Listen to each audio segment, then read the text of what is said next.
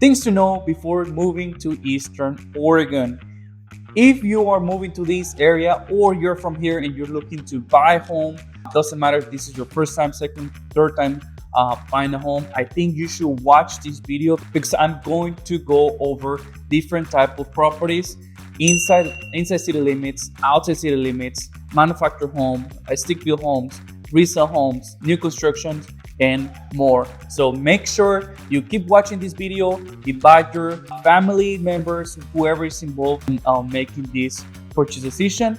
Make sure you watch this video and talk about it. So with no further ado, let's get started. So we're gonna start with the first two categories. The first one is gonna be inside city limits, and the second one is gonna be outside city limits. Okay, so the first one, inside the city limits, I think the pros of it is gonna be more convenient with the location. It's gonna be near stores, parks, maybe the hospital, maybe schools. So I think it's gonna be more convenient.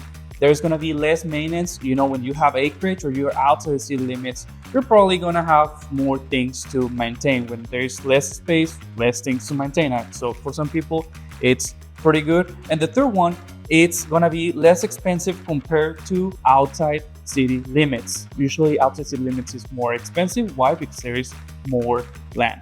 The cons of living inside the city limits will be that it will be more expensive when it comes to water and sewer. Okay, I think I live here in Hermiston. We have a small house. It's just my wife and I, and we usually spend about $150 for water, sewer, and garbage.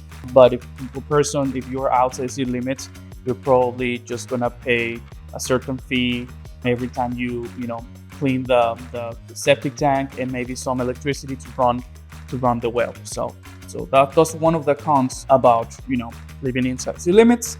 I mean, the other one is gonna be obviously less space. The other one is probably gonna be less privacy. You're probably gonna have a neighbor closer to you, and the last one is probably gonna be more traffic or noise. You're gonna have more neighbors, there's more people around you. So if you really want a quiet space, you want that extra space, probably should move outside city limits. But if you don't care about that, you like that to have more people around you, probably inside city limits might be your best option. All right, let's move to outside the city limits. This is the second category, and we're gonna go over the pros and cons. Let's start with pros. Of course, you're gonna have more space. You're probably gonna have more acreage. So if you really want that extra space, I think this will be the route to go.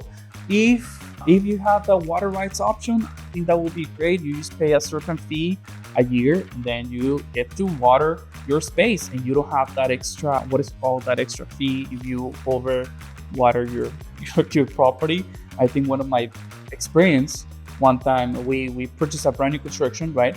And we forgot, because the property had new grass, we forgot to turn down the sprinklers, and I think we got the bill for $400 or $600 from the city. And I'm like, what, $400 to $600? I'm not paying these. And the city said, well, you should have adjusted sprinklers because the builders they put too much water to make the grass green.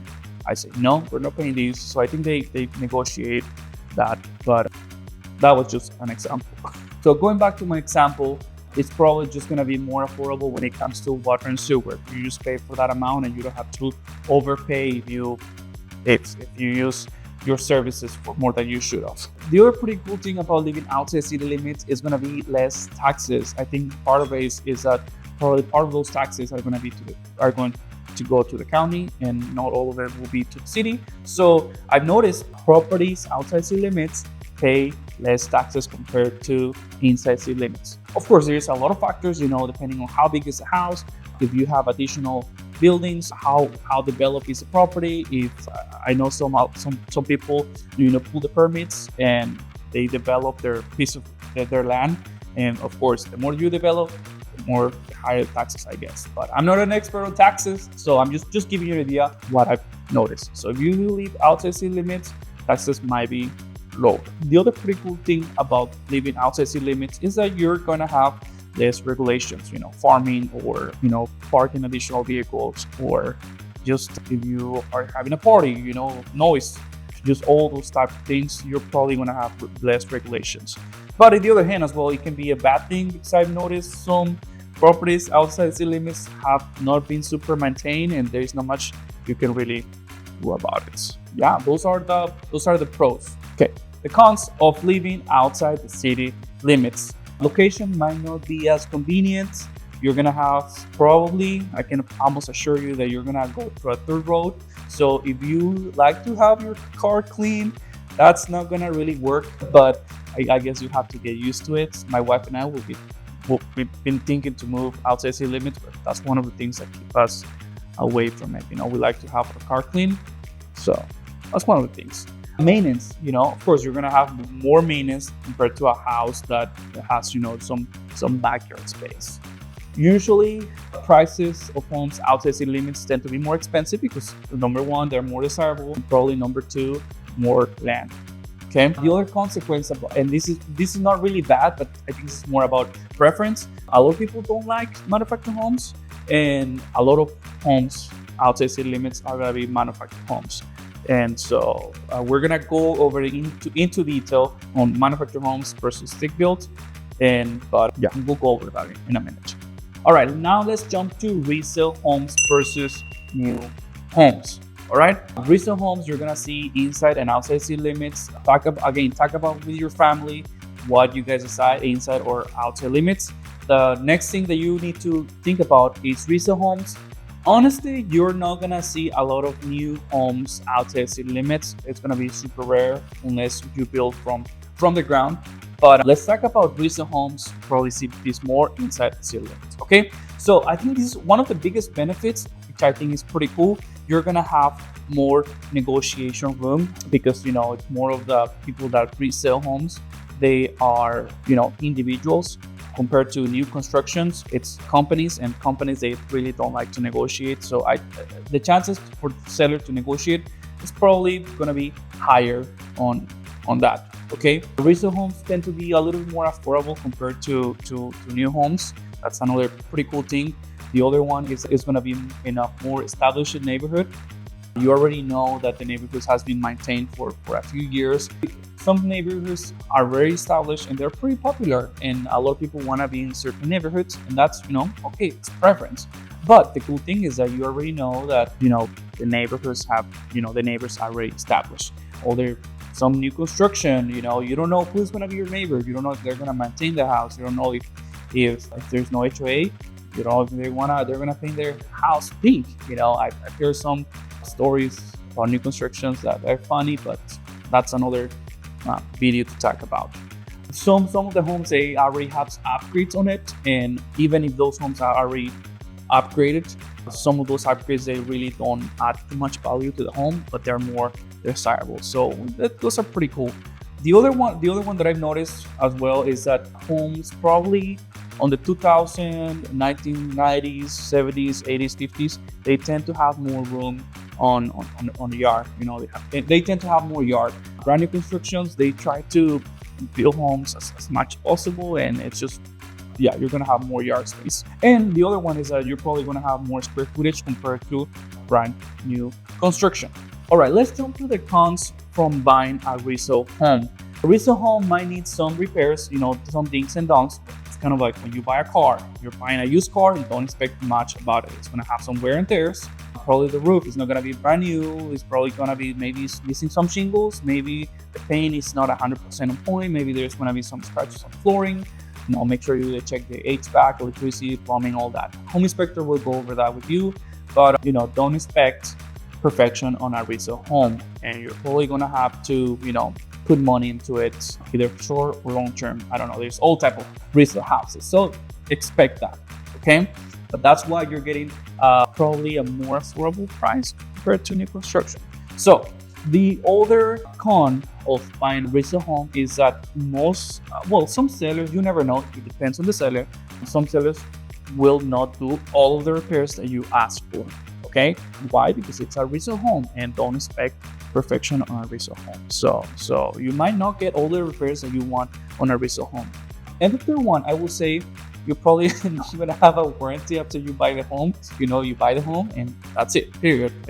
You're a homeowner, congratulations, you're gonna be the maintenance, you're gonna be the property manager, you're gonna be the, whatever happens, emergency, you're gonna be that person. You're gonna be in charge of that house. And if something happens, you're gonna be probably responsible.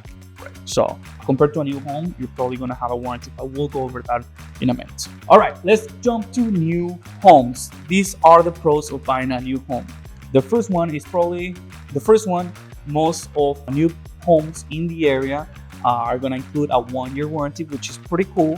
I think the roof, there's a few years, water heater, flooring, everything, maybe anything related to the structure of the home, or so anything related to the structure or mechanic of the house. And I'm referring mechanics, maybe like HVAC system and all of that. If anything fails within the first year, the builder probably will take care of that.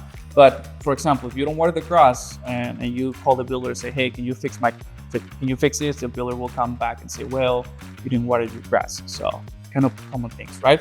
Common sense things.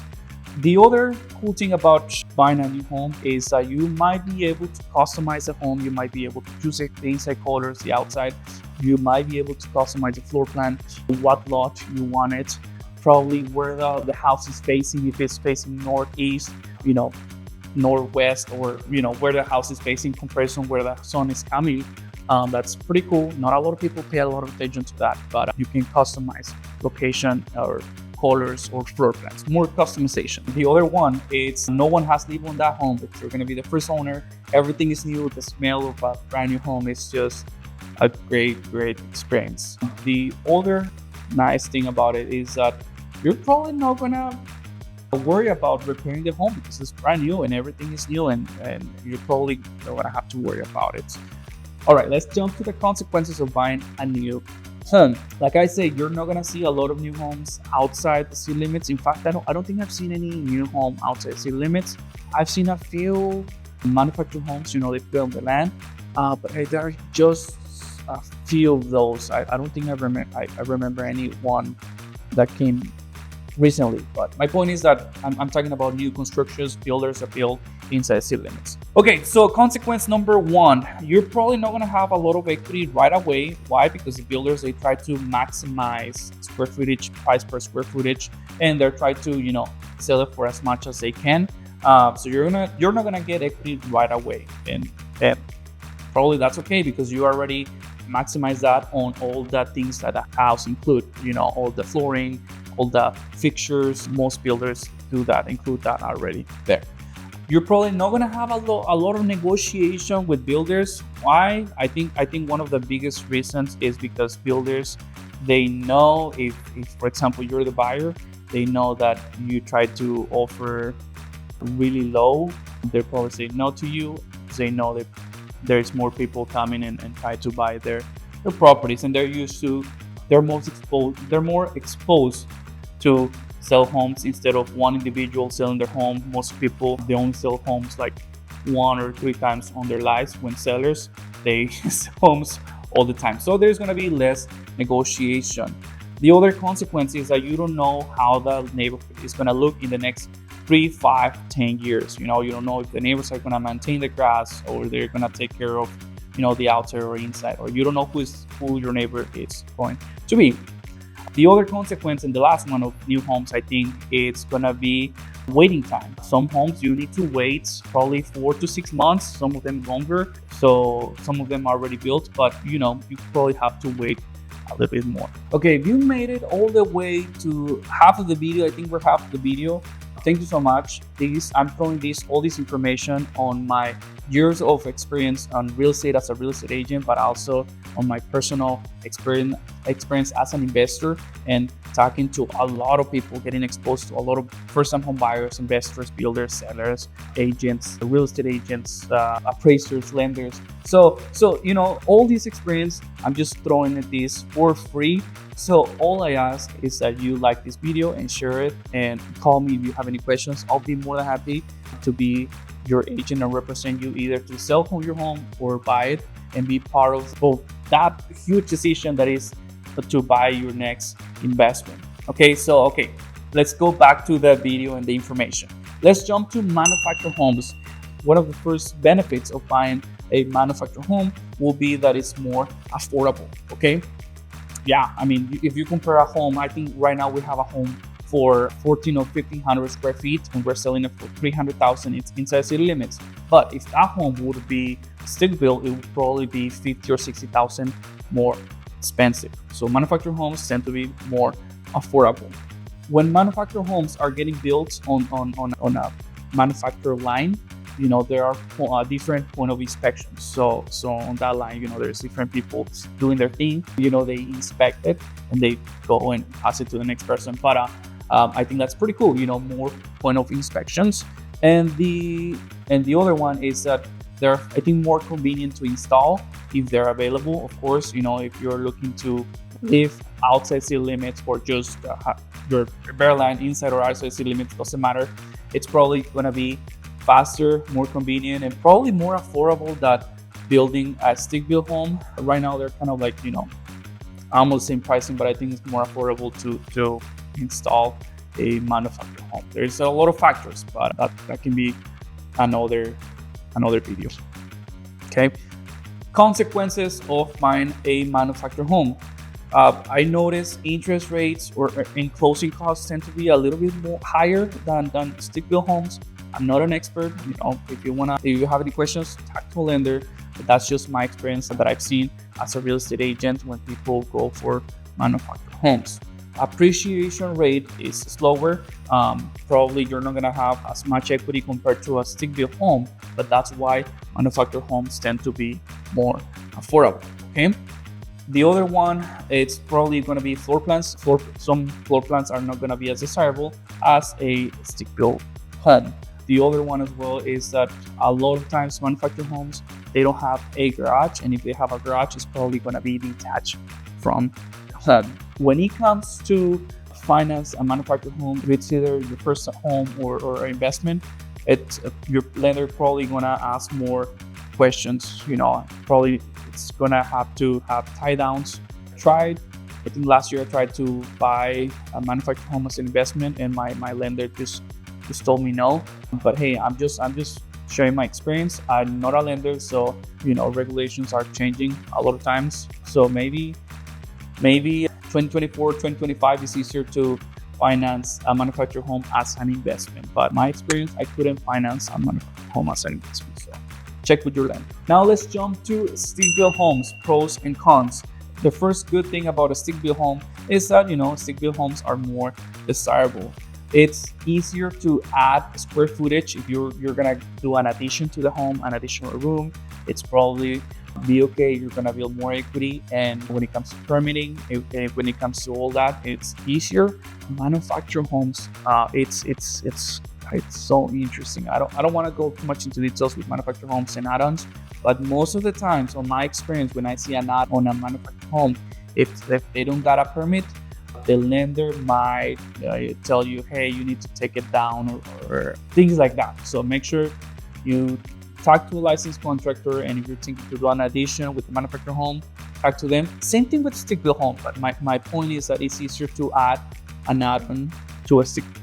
Of course, a stick built home is probably going to sell more than a manufactured home, because in general, stick built homes tend to be a little bit more pricey than manufactured homes. Consequences of stick built homes, I guess, will be the same thing. It will be more expensive than manufactured homes. I guess the only consequence of buying a stick built home will be that it's probably going to be more expensive, either inside city limits or outside city limits.